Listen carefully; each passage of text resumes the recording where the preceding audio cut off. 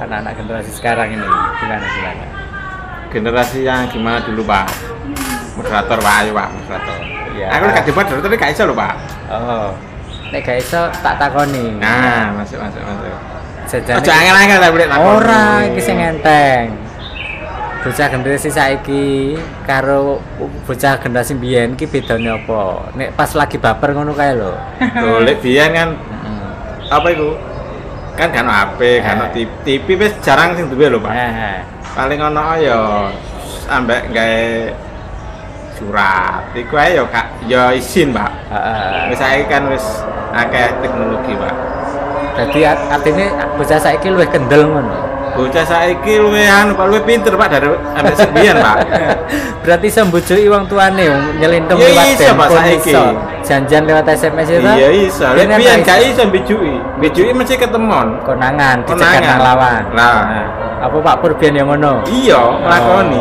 Ya wes, saiki berarti bocah saiki ki luwih apik apa luwih elek karo cah biyen? Nek aku ngarani ya luwih apik, Pak.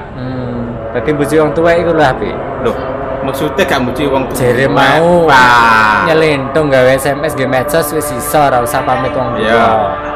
Biyen ra iso dipalang pintu karo wong tuane ra iso metu. Nah, apa intine ngono? Ya apik sing dhisik berarti lek Lah iya. model ngene ku mau, Pak. Lah iya ya wis Pak Lukman. Engko nek aja meneh. Iya Pak. Komentari Tia saja Pak. Tadi Pak Pur kan bilang kalau anak-anak generasi lama itu lebih baik. Nah, anak generasi baru kan macam Tia sini. Iki kira-kira gimana ini menurut pandangan Pak Lu dekat ini? Dekat karena tiap hari masuk. Oke. Ya. Harusnya memang perlu dijajaki pendapat dari banyak generasi seperti Mas Pur, seperti Matias, Pak Nanang, dan kawan-kawan semua, sehingga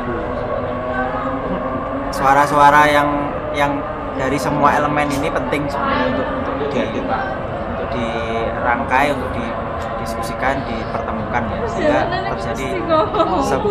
terjadi ruang-ruang publik yang sehat, sehingga wacana itu tidak hanya berhenti pada satu diskusi saja. Nah, saya juga setuju kalau dicari bagusan generasi dulu apa generasi sekarang, saya juga bingung gitu. Karena saya juga bingung bagusan mana itu. Kalau tapi dari segi apa itu Pak? Segi budaya bagusan yang dulu Pak. oh iya. Kalau yang dulu kan sama orang tua unggah-ungguh ada. Kalau yang sekarang wis semau gue Pak. Waduh. Bos apa iku Res? Lho jelas gaul. Masalahnya saiki wis paling metu nggo sepeda wer wis. Mulai meneh gak golek ambek wong tuane Pak. Lah lapor at golek ilang piye? Ya ora ilang to Pak. Lho saiki nang kancane wis di nomor tipune ibuke wis biasa. Nek dhisik kan gak ono. Bocah biyen nek sangun entek, masih pamit minggat sangun entek iki Boleh. Lah Iya. saiki ora, yo bablas tenan. Lah ya bablas pancen iya to Pak.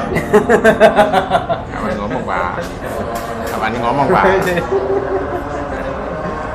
Nah, Tias, dari tadi kamu dipergoncengkan sama teman-teman maco nih, gimana? Iya, tambah semakin lama semakin cantik ya, Cek. Dekat sini sih itu malah. Ya, kalau menurut saya itu Pak ya, kalau dibedakan antara anak zaman dulu sama anak zaman sekarang, yang dikatain sama Pak Pur itu benar, masih ada unggah-ungguhnya.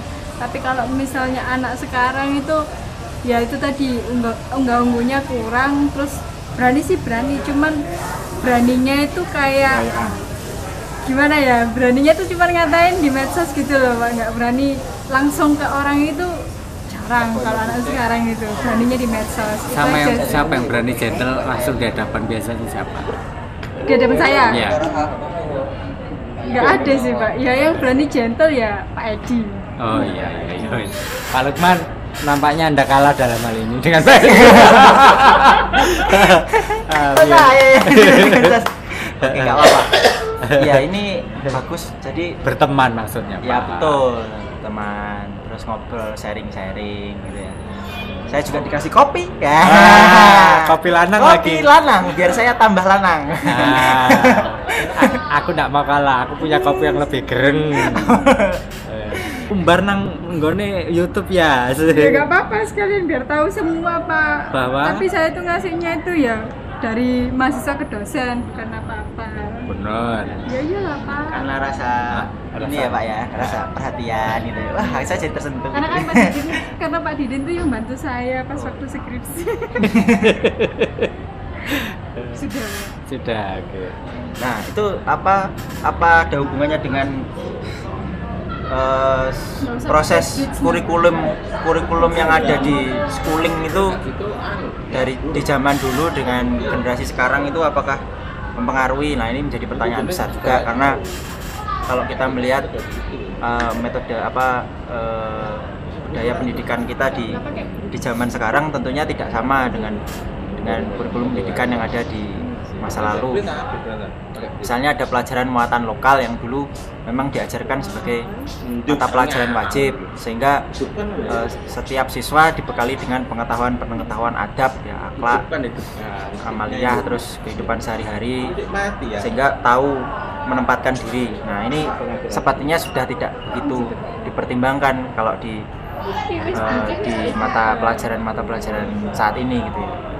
Nggak salah mata pelajaran muatan lokal juga ada. Budi pekerti zaman dipekerti seperti itu.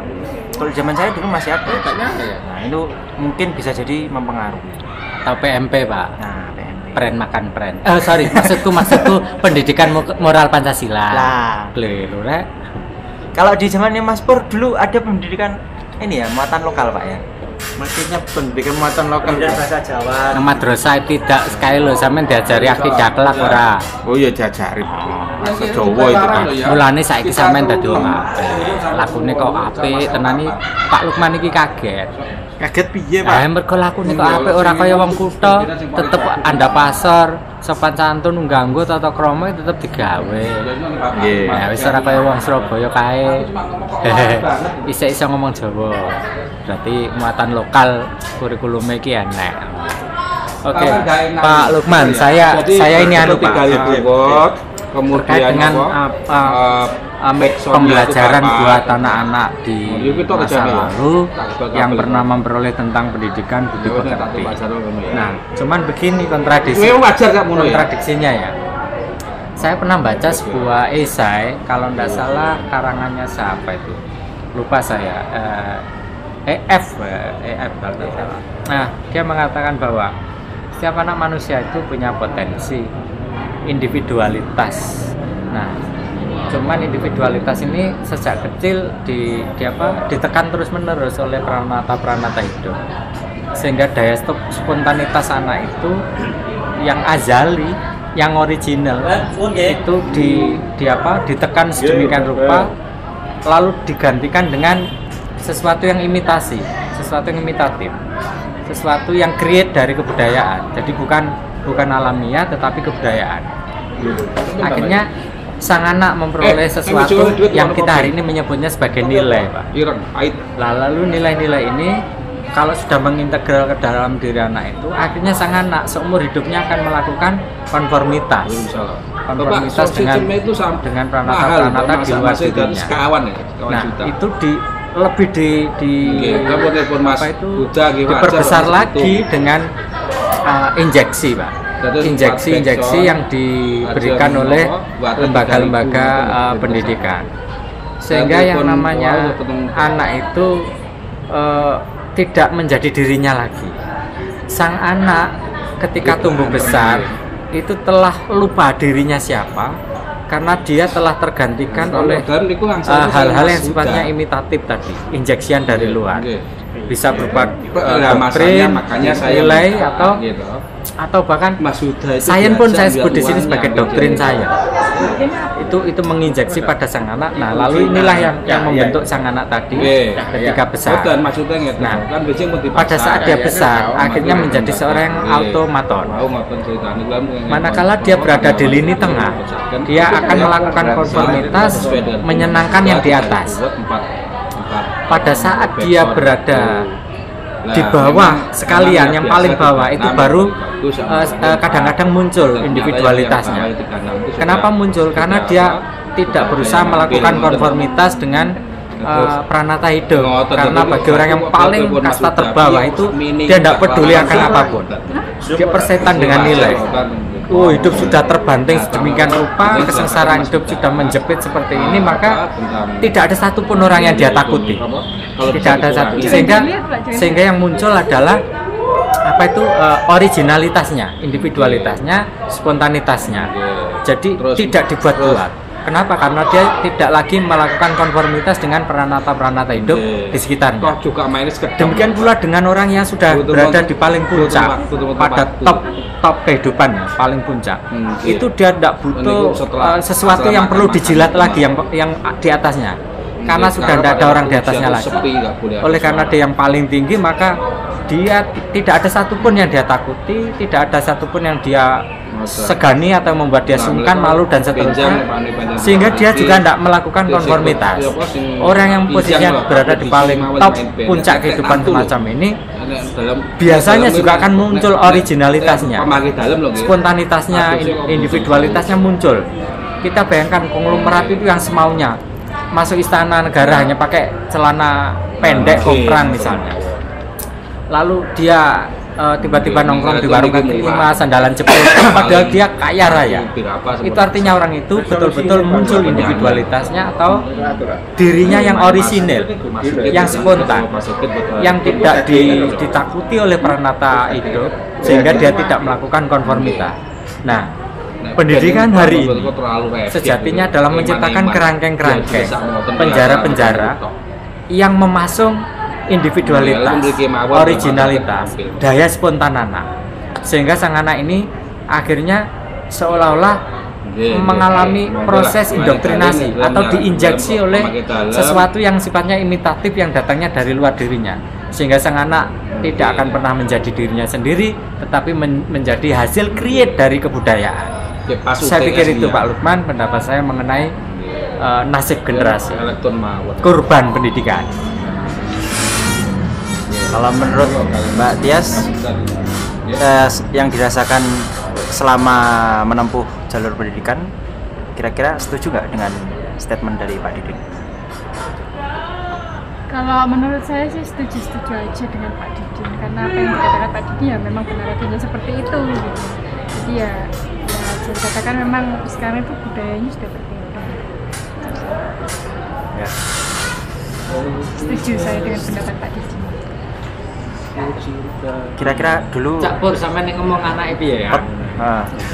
Dulu Saya bandel siapa? Piye. Dulu ketika Mas Pur sekolah sama generasinya anaknya Mas Pur itu kira-kira banyak nggak Pak perbedaannya itu? Dan kira-kira apa yang perlu digarisbawahi apa Pak yang menjadi ya. Kalau dulu di zamannya Mas Pur ketika sekolah itu ada guru itu pakai apa? Pakai metode belajar selalu memberikan individualitas Pak. Dengan apa? Dengan tugas-tugas rumah, dengan ini, dengan membebankan dengan kalau di zamannya masa kecilnya seperti itu.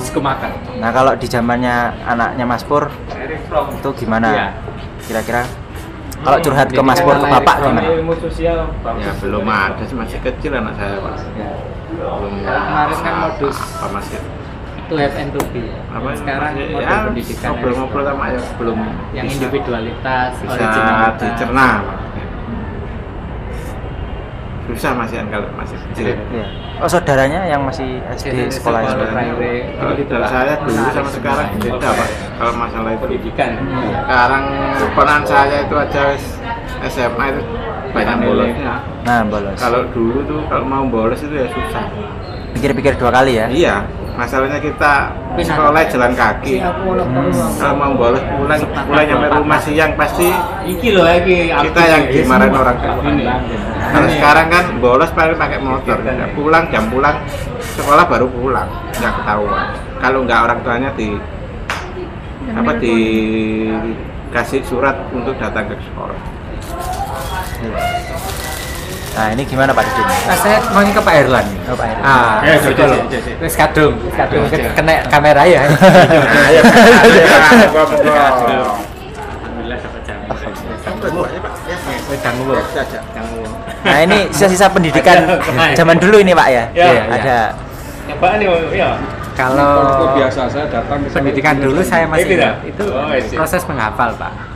Saya disuruh menghafal. Lalu kemudian tidak diajari untuk beranalisis. Seolah-olah pendidikan model dulu itu usang terus cacat gitu. Tapi sekarang saya berubah pikiran. Ternyata analisis itu kan sesuatu yang given Pak sebenarnya. Orang saya sing iki lak mesin wis given nih. Nek orang duwe data masuk yang berupa ingatan, nggak muncul ini analisis.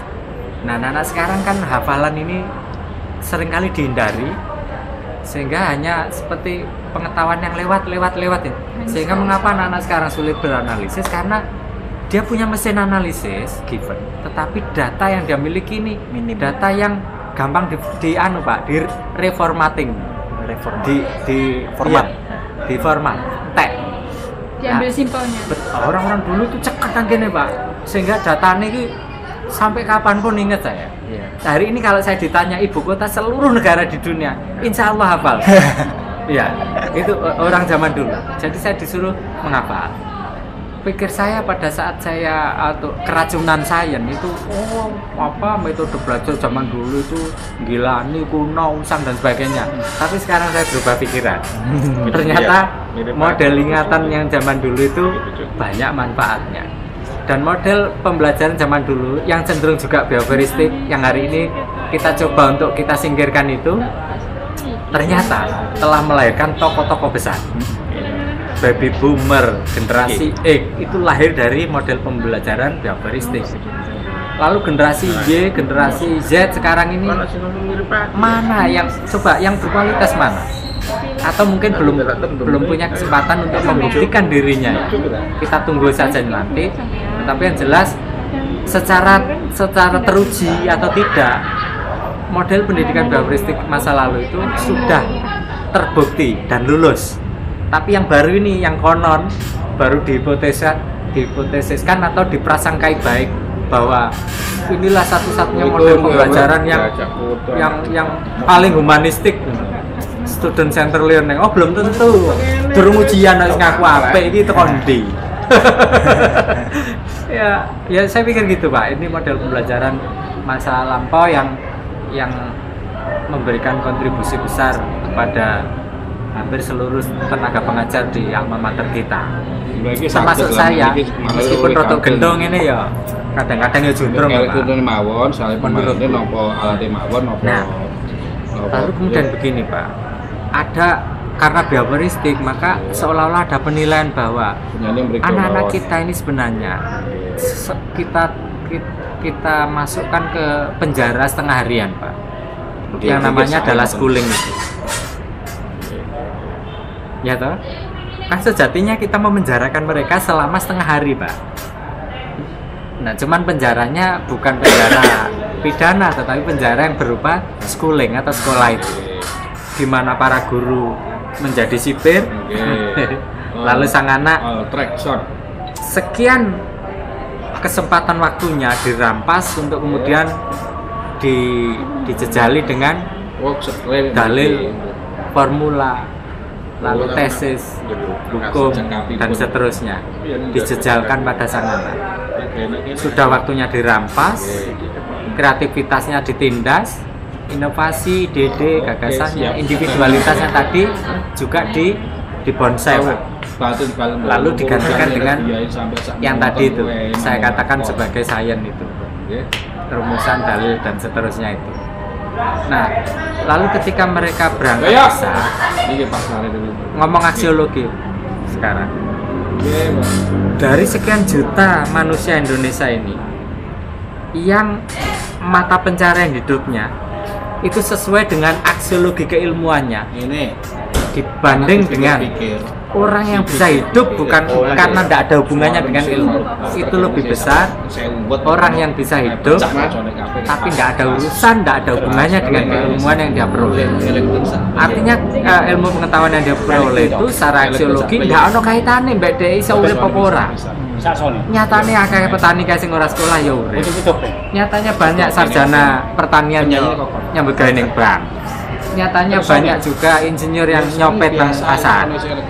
Artinya mata pencarian itu atau orang ini punya daya survival itu bukan karena aksiologi dari sains, enggak, tapi karena tiba-tiba individualitasnya ini muncul, kreativitas, magic, ide-idenya ini nongol begitu.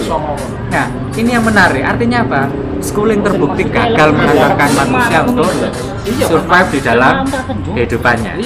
Tetapi sains berhasil sukses mengantarkan penindasan yang berupa struktur itu kepada manusia banyak. Tak akui ya itu.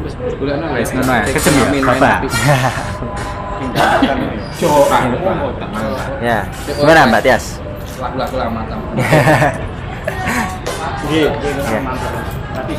Lagi di Pak sudah. Oh, jatuh terus. Bapak. Bang lagi ngobrol. Pak Bang salah. Patah dua patah kata lah. Ya sampai dhewe. Oke, Pak Lukman sekarang gantian. Rumah sang itu nggak masalah.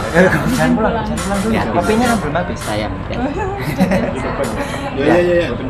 Ada dua ekstrim yang disuguhkan oleh Pak Didin, bahwasanya memang ada dua model pendidikan yang berorientasi pada masa lampau yang cenderung behaviouristik ternyata memberikan banyak sekali berkah terhadap generasi sekarang gitu.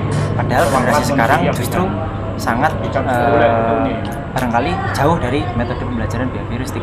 Artinya mereka lebih cenderung suka atau menyenangi metode pembelajaran yang lebih humanistik, yang lebih menjamin kebebasan manusia, memperlakukan manusia sebagaimana potensi-potensi kreativitasnya. Tetapi kalau melihat fitrahnya, artinya manusia memiliki potensi, memiliki kreativitas ketika individualitasnya itu tidak terpenjara oleh banyak sekali tanggungan-tanggungan yang kemudian didapatkan di schooling itu ternyata kemudian menjadi refleksi terhadap banyak sekali role model pendidikan modern gitu. Nah, ini berbicara tentang modernitas. Kalau bicara tentang modernitas, artinya kita juga mengacu pada pembelajaran atau budaya pendidikan yang ada di luar negeri. Misalnya Finlandia itu sudah mulai membranding siswa-siswanya untuk mempersempit atau menyederhanakan kajian dalam pendidikan mereka. Artinya mereka sudah mulai membuat sintesa-sintesa yang artinya pendidikan itu jauh diarahkan kepada aspek praktisnya. Kalau mereka passion misalnya di bidang kuliner gitu, mereka kemudian hanya mempelajari pendidikan yang berkaitan tentang kuliner gitu, tentang makanan. Kalau mereka menggemari tentang dunia jurnalistik, tentang tulis-menulis akademis, mereka hanya mempelajari terkait dengan wacana-wacana akademis, ya, wacana-wacana komunikasi dan lain-lain. Nah, dan pendidikan yang tidak ada hubungannya, tidak berkaitan dengan passion mahasiswa atau siswa itu kemudian tidak begitu diwajibkan. Nah, ini menjadi dilema juga. Artinya bagaimana kemudian gambaran bahwasanya memang pengetahuan itu sudah menjadi kuasa ya. Artinya orang yang memiliki pengetahuan, memiliki wacana itu sudah pasti dia memiliki berkuasa atas orang-orang yang tidak atau belum memiliki pengetahuan tersebut. Sehingga di sini kita bisa lihat bagaimana pasar itu menjadi begitu penting ketika memenangkan orang-orang yang memiliki pengetahuan, memiliki wacana. Semakin banyak seseorang memiliki wacana, maka potensi untuk menang di pasar atau potensi untuk berkuasa terhadap orang lain itu begitu besar. Nah, lalu kalau kembali kepada model pembelajaran behavioristik dan humanistik, tentunya di sini behavioristik yang menang, Pak. Karena behavioristik karena dia mengandalkan sistem drill dan run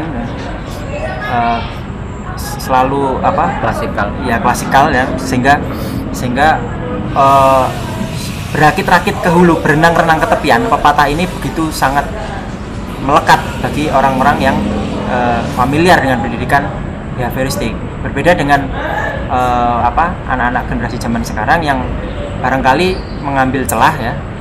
Mereka kadang-kadang bersenang-senang dahulu, barangkali nanti juga tetap senang kemudian gitu. Sehingga mereka tetap melihat optimis, melihat potensi akan masa depan. Padahal sesungguhnya kalau kita melihat gambaran anak-anak muda zaman sekarang, mereka sangat lemah gitu ya dalam hal ingatan, dalam hal kompetisi dan kontestasi, wacana dan pengetahuan itu bisa diukur, bahkan sangat jauh tertinggal dari generasi-generasi sebelumnya gitu ya, sangat jomplang gitu, jauh sekali gitu. Kalau berbicara aksiologis, kadang-kadang kita tanya kepada anak-anak, mereka bertanya balik, aksiologi itu apa Pak? Jadi bingung. Nah itu yang membedakan. Barangkali memang ini menjadi pertimbangan penting bahwasanya pendidikan behavioristik itu tidak melulu negatif atau tidak melulu menjadi hal yang membuang-buang waktu, kuno atau mudorot begitu. Sehingga perlu untuk memunculkan metode mixing yang behavioristik juga, tapi juga humanis. Nah ini menjadi PR besar bagi orang-orang yang kemudian menjadi praktisi akademis ya, di zaman ini. Mungkin itu Pak kalau saya. Baik, kita lanjut ke sang automaton Pak. Ya. Jadi hasil daripada ini pemasungan individualitas tadi akhirnya menjadikan sang anak didik ini menjadi sang automaton. Dia dikatakan automaton karena dia tidak punya free will Pak. Dia tidak punya kehendak bebas. Setiap niatan, setiap kerentek dalam bahasa Jawa ya, niat lah itu bukan muncul dari dirinya, tetapi niat yang distimulus oleh situasi di luar dirinya ini. Jadi seluruh stimulus di luar dirinya ini yang berupa peranata sosial, yang berupa ajaran-ajaran, nilai-nilai dan seterusnya, itulah yang sejatinya adalah menstimulus agar si anak tadi muncul niat. Tetapi niat dalam rangka konformitas Pak, niat yang disesuaikan dengan tuntutan-tuntutan stimulan di luar dirinya ini, sehingga niatnya yang asli, yang original ini tidak ada. Dengan begitu kita boleh menyebut sang anak tadi telah sukses menjadi seorang automaton, manusia yang tidak punya kehendak, yang tidak berdaulat, bahkan memutuskan seleranya sendiri. Mereka tidak berdaulat, selera pun terpaksa harus ikut tren, ikut mode, ikut gaya hidup, ikut itu namanya fashion dan seterusnya, mode, lifestyle. Nah, kalau sudah semacam ini, maka mereka inilah yang nantinya akan menjadi korban-korban industri, di mana prinsip industri kan penyeragaman selera dan pemasalan produk. Produknya dibuat massal, agar bisa massal dan terbeli, maka seleranya harus diseragamkan. Lewat apa? Lewat budaya pop. Nah, budaya pop numpang ke schooling itu agar menciptakan automaton itu. Nah, sehingga tugas kita hari ini berat Kak, melawan sistem pendidikan dunia. Bahkan saya punya kecurigaan begini, SCL ini jangan-jangan Pak, infiltran ini. Ini ide hidden agenda berupa ide yang seolah-olah mulia tapi sengaja diinfiltrasi, disusupkan ke negeri kita, supaya para profesor itu mengiyakan bahwa ini model pendidikan yang terbaik untuk saat ini. Padahal sejatinya adalah itu semakin membodohkan generasi yang akan datang. Mbok menawa, tapi mudah-mudahan dugaan saya ini salah besar. Sekarang saya ingin menggali dari Pak Bambang. Monggo Pak Bambang. Pripun Pak? Gimana Mas? Ini terkait dua perdebatan metode pendidikan. Yang dulu lebih berorientasi pada pendidikan behavioristik Pak, dan yang sekarang itu memang lebih, atau bisa diakui jauh menekankan pada basis atau senternya adalah pada siswa didiknya itu. Sehingga ini menjadi persoalan ketika ternyata produk-produk behavioristik itu ternyata sudah melahirkan kecemerlangan dan kegemilangan yang sudah terbukti gitu ya. Nah, SCL ini kadang masih belum nampak Pak. Nah, sehingga ini menjadi tugas berat. Kadang-kadang kalau menurut Pak Didin ini bisa jadi malah senjata makan tuan gitu Pak ya. Nah, sehingga ini perlu untuk kemudian merenungkan kembali ya arah pendidikan kita Pak. Gimana Pak? Oke ya, sebenarnya kita banyak mengenal tokoh-tokoh pendidikan, mulai Jean-Jacques Rousseau, Ivan Illich, Erich Fromm, yang semuanya itu menempatkan manusia sebagai subjek mereka. Ambillah contoh bagaimana Erich Fromm menyatakan bahwa pembelajaran yang paling utama itu tidak lain adalah mengenalkan sejarah. Jadi anak atau menjadinya seseorang itu karena produk sejarah. Oleh karenanya Erich Fromm menekankan bahwa pendidikan itu adalah harus mengenal antropologi itu apa, sejarah itu apa, satu upaya ke sana. Dan sebenarnya kita nggak usah jauh-jauh ke sana. Kita punya tokoh pendidikan kita, Ki Hajar Dewantara, yang sudah menjadi acuan kita bersama, yang karena ing aso Sumbodo ing Madya Mangkaso Tuturi Handayani. Kemudian juga dia dengan pendalaman sufinya, pendalaman tentang pentahapan dari syariat, tarekat, hakikat, ma'rifat. Ki Hajar Dewantara menekankan dalam 3 konsep, harus asih, asah, dan asuh. Ini sebenarnya fundamental dalam proses pendidikan. Mengapa kok perlunya asih dan di dalam pola pembelajaran? Bahwa dalam mengajar itu subjek pengajar dan subjek anak asuh itu adalah hubungan antara subjek atau intersubjektif, bukan hubungan antara subjek dan objek dan objek. Ini saling mendewasakan, saling belajar. Memberinya bukan kemudian mereka diberi muatan, tapi biarlah dia menjadi dirinya sendiri. Toh anak ini adalah produk sejarah. Sebenarnya itu konsep dari Ki Hajar Dewantara. Asih, asah, bagaimana kemudian dia diperjalan dalam pengertiannya kognitif, afektif, dan psikomotorik itu bersama-sama diasah. Kognitif biasa apa? Diasah untuk memperbanyak pengetahuan, apa yang dia ketahui, mengenalkan objek-objek, mempertajam hubungan antar objek, itu asah, sehingga ada ketajaman dalam hal kognitif. Afeksinya bagaimana? Dia betul-betul diasah untuk mengenal betul bagaimana kehidupan itu, bagaimana penderitaan itu, bahwa dia belajar berani mengatakan bahwa menjadinya seseorang itu bukan karena kemewahan, tapi karena penderitaan. Penderitaan yang menjadikan dia. Itu pengertian asah. Nah, akhirnya proses pendewasaan terjadi, proses analisis terjadi. Asuh, dia menganggap sebagai manusia dengan pengasuhannya, dihadapkan dia bukan sebagai orang lain, tapi dianggap sebagai dirinya. Pertanyaan mendasar, apakah asih-asah asuh itu adakah guru yang seperti itu? Yang ada mereka tetap objek kita, diberi muatan kurikulum, selesaikan ini tugasnya seperti itu. Jadi pengertian asih-asah asuh itu cuma permasalahan bukan pada anak. Apakah kapasitas guru kita yang bertanggung jawab untuk kesana itu kapasitas seperti itu? Itu pertanyaan kita. Nah, kalau kemudian gurunya sendiri sudah teralienasi, apa teralienasi itu? Orang yang terasing dengan dirinya sendiri, orang yang terpolakan oleh faktor eksternal, orang yang dibentuk oleh iklan.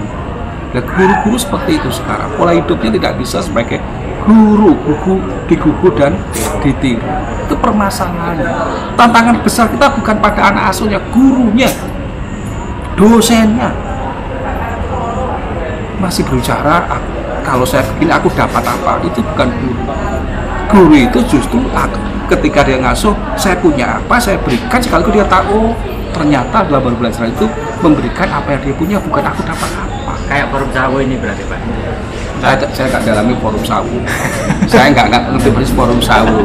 Maaf ini saya katakan. Saya tidak perlu mengklaim. Saya nggak pernah mengklaim itu ya. Iya. Ini yang menjadi masalah kita. Jadi kalau kita mengajar dengan karakter mengasihi, dengan kasih sayang, dengan mengasah kemampuan mereka, karena anak saya katakan produk sejarah, suasana yang membentuk dia. Artinya apa? Ketika kita sudah zaman yang namanya pragmatis, ketika kita zaman teknologi atau zaman robot, ya jadi anak-anak robot. Kalau ketika saya hidup pada zaman dulu, karena dididik orang tua dengan asuh, maka akan terbentuk diri saya. Bukan saya dapat apa, bukan. Tetapi sebenarnya dalam konsep syariat thariqah hakikat ma'rifah seperti katakan oleh apa namanya Ki Hajar Dewantara, jelas ketika kita beri tidak berkurang tapi bertambah. Kita keluar duit ini bukan berkurang tapi bertambah. Dan jelas ilmu yang diamalkan itu adalah akhirat, surga, kebaikan. Kan itu konsepnya. Kalau sekarang sedikit-sedikit dosen bilang wani bayar piro, wani piro, ini kalau jadi guru, ini nggak usah jadi guru lah, pengusaha. Tuh. Saya pelajaran aja. Berarti pelantik, Pak. Nggak usah lah kita anggap sebagai dosen. Itu jadilah dia sebagai ya katakanlah penjual ilmu. Saya setuju. Penjual ilmu aja, sehingga dia dapat apanya imbang. Nah, dalam konteks inilah bagaimana kemudian proses pembelajaran anak itu sebenarnya hubungan subjek dan subjek. Guru sebagai subjek, siswa sebagai subjek. Dan harus kita pahami kenapa dia dinamakan siswa. Orang kan lupa siswa itu apa? Siswa itu nakal, kurang ajar. Karena karakter anak itu namanya anak itu wataknya kurang ajar. Dan disinilah perlu guru yang digugur dan ditiru dengan nakalnya itu diberi asih-asah dan langsung menjadikan sebagai dia manusia. Bukan dia ahli A, B, C, D, bukan. Nah, kalau kita kembalikan ke dalam pembelajaran sekarang, sebenarnya oke lah, karena sudah menyadari bahwa guru itu tidak lagi sebagai yang harus digugu dan ditiru, atau dosen tidak lagi memberikan ilmu yang komprehensif seperti pemerintahan ini. Sekarang sudah jamnya berubah, sudah bicara tentang kompetensi, sudah bicara tentang keahlian. Oke. Nah, dalam konteks keahlian seperti sebenarnya kalau kita belajar kurikulum sekarang itu sudah betul arahnya. Karena saya betul kenapa? Pertama, dia diajari yang namanya skill. Dia dibicara namanya knowledge. Dia diajar dengan soft skill. Jadi anak kognitif, motor itu satu kaitan yang nggak terpisahkan. Soft skillnya apa? Norma, moral, ya, nilai-nilai itu tentang kearifan, kejujuran, keberanian, ketulusan, pengabdian itu diberikan. Nah, kalau kemudian pengetahuannya, ya ilmu saya dengan keahliannya. Karena tidak mungkin seseorang yang general tidak mungkin. Karena apa? Zamannya sudah zaman spesialisasi. Kalau menjadi manusia yang general tidak punya ahli apa-apa, ya tidak bisa buat apa-apa. Tidak mungkin pemain sepak bola sehebat Maradona bisa menjadi pemain tenis yang sehebat Ivan Lendl misalnya. Nggak bisa. Kita harus tahu. Ini karena apa? Sesungguhnya kalau kita mengacu pada konsep dari baik itu dari Descartes maupun dari siapa itu kaum empirisme John Locke itu John Locke memang betul John Locke itu dua-duanya adalah sesuatu yang sinergis dihasilkan oleh Immanuel Kant. Saya setuju. Pertanyaannya apa? Setiap orang pasti punya bakat, pasti. Saya seperti Bambang Kusbandrio ini diajari untuk main sepak bola, dilatih setiap detik untuk main sepak bola, tetap tidak akan punya bakat sepak bola karena saya tidak punya bakat sepak bola. Nah, tetapi bakat pun tidak cukup seseorang jadi bakat khusus seperti Ronaldo kalau tidak pernah dikenalkan dunia permainan sepak bola, dia tidak main sepak bola. Jadi memang harus kita pahami bahwa menjadinya seseorang itu karena punya bakat dan bersesuaian dengan lingkungan. Nah, bagaimana lingkungan membangun dia? Pendidikan yang kita menjadi sana. Jangan salahkan sistem, jangan salahkan siapa. Yang terpenting dari kontribusi sebenarnya apa?